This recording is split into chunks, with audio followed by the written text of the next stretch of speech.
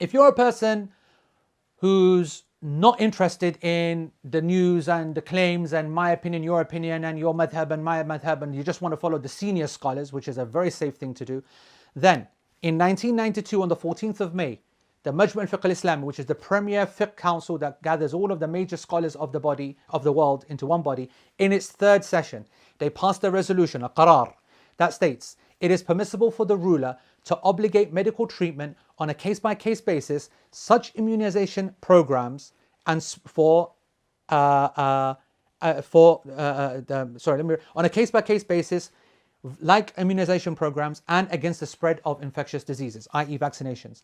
It is obligatory to follow effectively the ruler who puts that in place. Now that is assuming that statement itself is behind all of that is them knowing that their interpretation of the safety, their interpretation of the data, their interpretation of risks, short-term and long-term, once they've made their decision and they obligate it, you have to follow it. If you want to follow the Islamic position, then that's what it is. That's not my opinion.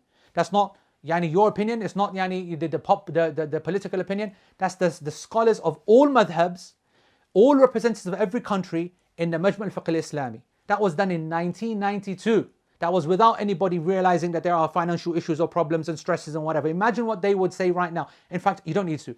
In this current sitting, they've said this and far more than that as well. And I just want to say that this idea that the Imam can force the people to do something, it is well established in our principle. Now, as I said, we don't know whether the government is going to force people or not to take this vaccine. But indirectly they are, because many of our services are going to be restricted if we don't have the vaccination. But I want to just say, folks, we're pretty much living that system anyway. I mean, I know I don't want to give the old example of Hajj and Umrah, but you can't go to the Haram without a meningitis certificate, and you've had the meningitis vaccination. That's been the same for years.